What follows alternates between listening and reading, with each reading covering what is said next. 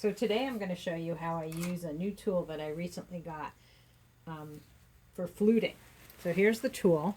It has three, see if the camera focuses on that. It has three different attachments for three different sizes. So far the one I like the best is the middle size, but it probably depends on the size of the piece that you're using on to what size flute you would want. So this, you probably, first of all, if you've never used a fluting tool, you're wondering what that's all about. So this is an example of a fluted bowl. Here's a fluted vase. And the tool is by, this particular one is by Xiem, or Xiem, I think is Xiem, the way it's pronounced. And I really like it. It's a great tool so far. I'm having a lot of fun with it.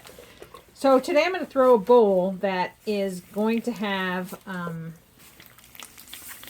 I needed to have even walls, which, you know, you always want that with a bowl. But on this particular bowl, I want it to be even and on the thicker side so that I can flute the bowl, which I'll show you in a bit after the bowl has dried up some. So first I'm starting, as always, with centering. I have about 1.5 pounds of clay here. And because I'm going to be fluting this bowl, I want the walls to stay thicker than normal, than I would normally do, so that I can carve away some of the wall. And it's a little tricky because you have to figure out what that, how thick that is that you want the wall for the final thickness of the bowl. Because if you make the walls too thin, you're going to go right through it with the tool.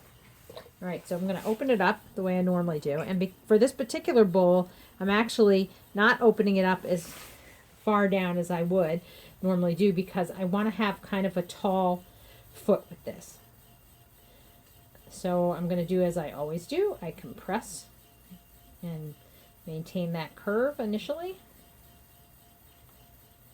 And I probably have close to 1 inch. No, it's probably not 1 inch. Some of it will go away as I throw the bowl. But maybe 3/4 of an inch of clay for the foot. All right, so the important thing here is to keep your walls as even as possible, because with a fluting tool, since you're taking clay away, if you have a thin spot in your wall, you might end up with a hole as you carve the wall side. All right, so I'm going to pull this up a few times. Trying not to get too thin.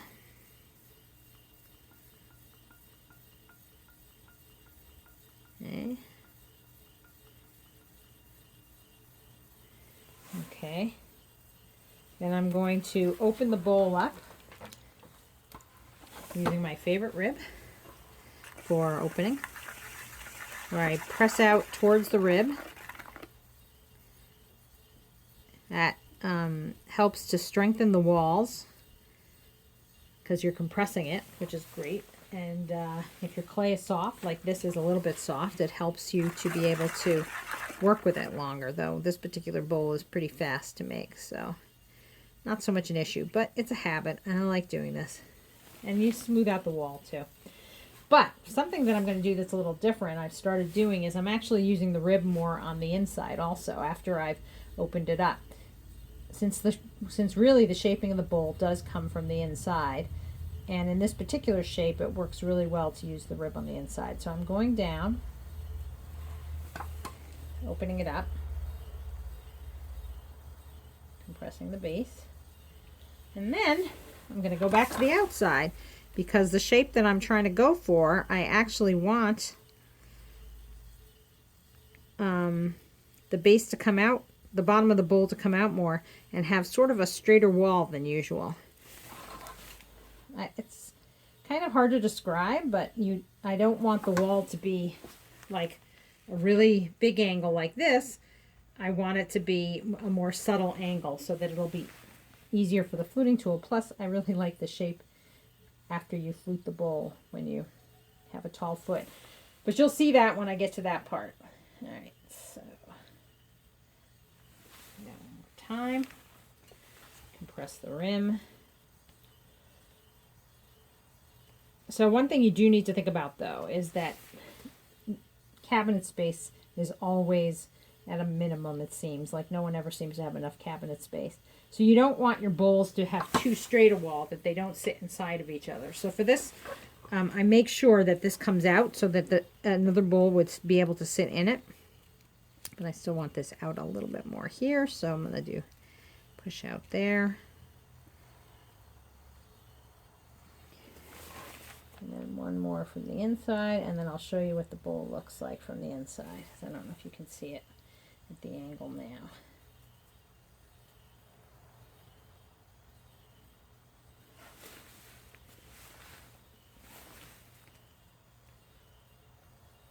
Oh, here's something you can do for rounding out your rim is you can use, it's a good idea to wet your fingers, which I didn't do. You can use your fingers like a chamois because for some reason I don't know where my chamois is at the moment. So I'm going to use my fingers and then you get a nice rounded rim. I'll clean it up. Base. There's enough clay there. And now I'll show you what the bowl looks like. Then I'll need to let it sit for a while until it gets to that leather hard stage so that I can use the tool then. Kind of to the point where it feels almost like you're cutting a piece of cheese. It's kind of fun. So you see the wall is not, it's not as curvy as a bowl as I normally do. It's a little straighter wall. I don't know if you can see that. Anyway, it'll be more obvious when the bowl is fluted and trimmed. So I'm going to let it dry and I'll be back when it's ready to go. Alright, so this bowl is ready for the fluting portion. It's at that nice leather hard stage where it feels almost like you're slicing cheese. So there's different ways that you can flute. You can flute all the way from top to bottom and cut off both, you know, the rim all the way so you would have a straight line there. You could go from bottom to top, or you could do what I'm going to do, which is just below the rim. I'm going to start doing this. You could probably give yourself draw a line if you wanted to have it be more exact. So the funny part is, which it didn't occur to me when I did the first one, is I kept putting them right next to each other, and the lines, because of course the top is wider than the bottom, the lines started getting more and more slanted. So you want to go over slightly, not one right next to the other at the top, so that they'll meet more at the bottom, and you hopefully won't end up with too much of a gap. Well, you'll know what I mean when we get to the other side. So this is actually perfect consistency, or at least I like it at this consistency. And I like what it does, how it creates this sort of little, I don't know what you call that, at the top. So every now and then, if I feel like I've gone too much to one side, I'll just adjust it a little bit to try to keep the line as straight as possible.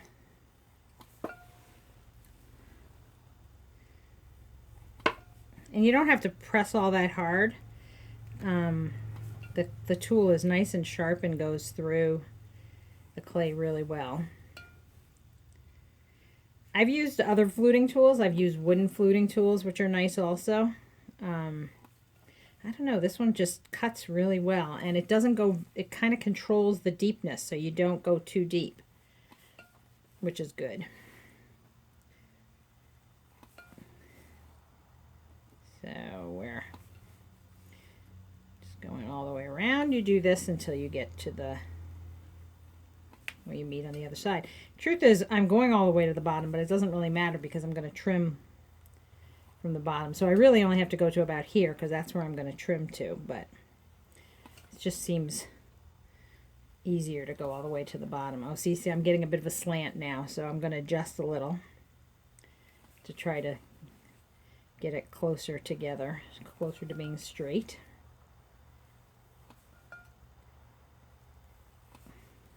Oops, that was a little further than I meant. But you see, I already have a gap, so I'm going to have to adjust a little as I mean, a gap meaning there's a lot less space at the bottom than there is at the top. So I'm going to adjust as I go through this section over here. And, you know, it doesn't really matter. It's all just fun. So, and there we go. All right, so now we have a fluted bowl, and the next step is to trim it. So I'll be right back. So the bowl has been fluted, and now I'm going to trim it. This one is the one that's a little on the dry side, so we'll see how it goes. So centering it is a little bit of a challenge because of the ridges. So you can use your finger to make a little ring and see if you can get it better centered that way. Let's see.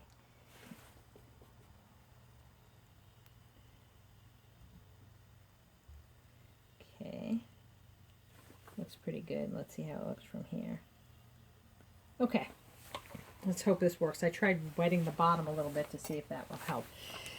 So I'm going to start off with, this is always fun because the ridges kind of make it all sort of wiggly along here, which is kind of funny to work with. So I think I'm going to have to wet this bowl as I go because it is a little dry. But I think I'll be able to trim it. Let's hope. Because the last one I failed at. It was a complete disaster. So I wanted to show you this trimming because it's a little bit different than the traditional, not traditional, than the bowls that I normally make. Because I'm going to have this sort of flat area over here. Not flat, but kind of at an angle, but it's not, the bowl is not going to be like a curve that goes all the way and meets the foot. It's going to be the fluted area, and then this sort of flatter area, and then the foot. Because this is dry, I need to be careful I don't trim through. So, let's go to the inside.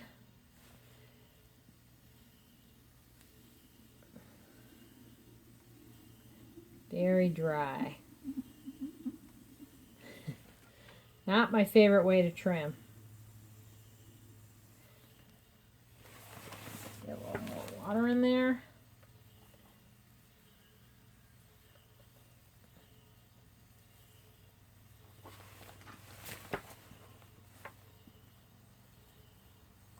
So I'm actually going a little bit slower because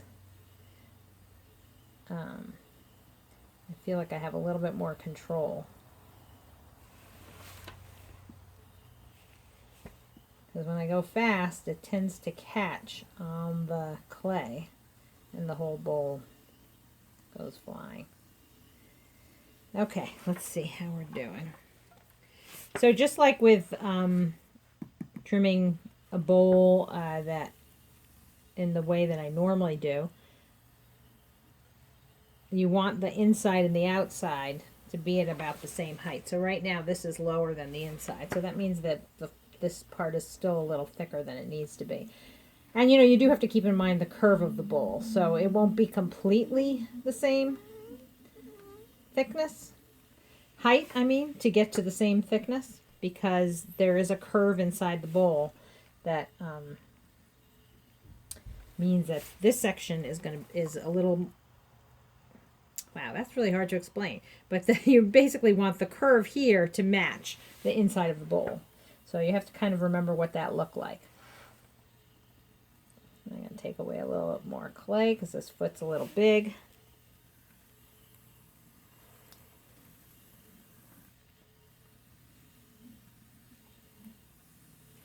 And my favorite tool for this, it's really sharp and it's thin, is good for this section over here. And I always like a little indentation in my foot. It kind of catches the glaze. Speaking of glaze, one of the things that's fun about this fluted bowl is how the glaze will break on the thinner lines. Oops, there we go. It jiggled. But we're almost there, so I should be able to get this last little bit.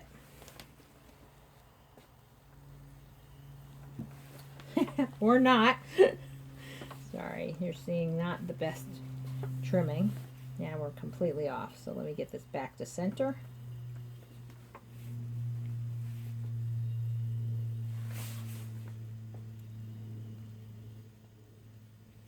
This is when you really have to use your patience. And I have to admit, I'm not always the most patient when it comes to this stuff.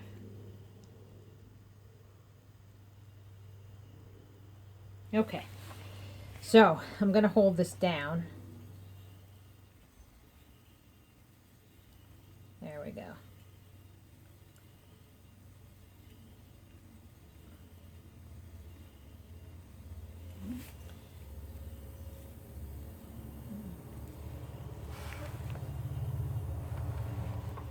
Okay. And sometimes it's better to not put as much pressure. Like I tend to put a little too much pressure, I think, when I'm doing this. So let's see. How does it feel? I think that's good. Put a tiny bit more here. And then a tiny bit more here.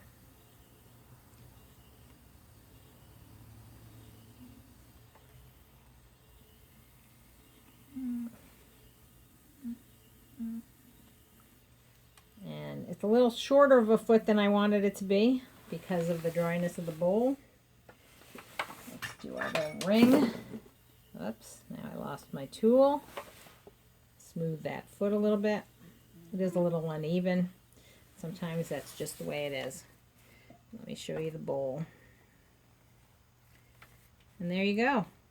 I really like the foot on these. I mean, the way it comes like that sort of little angle. And you see it does match the inside. There's a, it's hard to show you because of the lighting, but it kind of goes flat and then curves up a little bit. So that's what we've got over here on the foot. And there you go. That's how I use this very fun fluting tool. And I can't wait to see what happens when it's time to glaze it. Thanks for watching, and I'll see you next time.